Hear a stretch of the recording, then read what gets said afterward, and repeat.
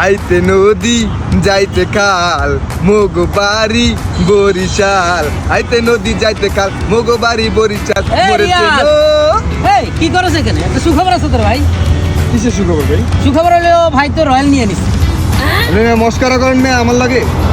হ্যাঁ মস্কারি না রে ভাই, তুই কি আমার মস্কারি মানুষ? রয়্যাল নিছি।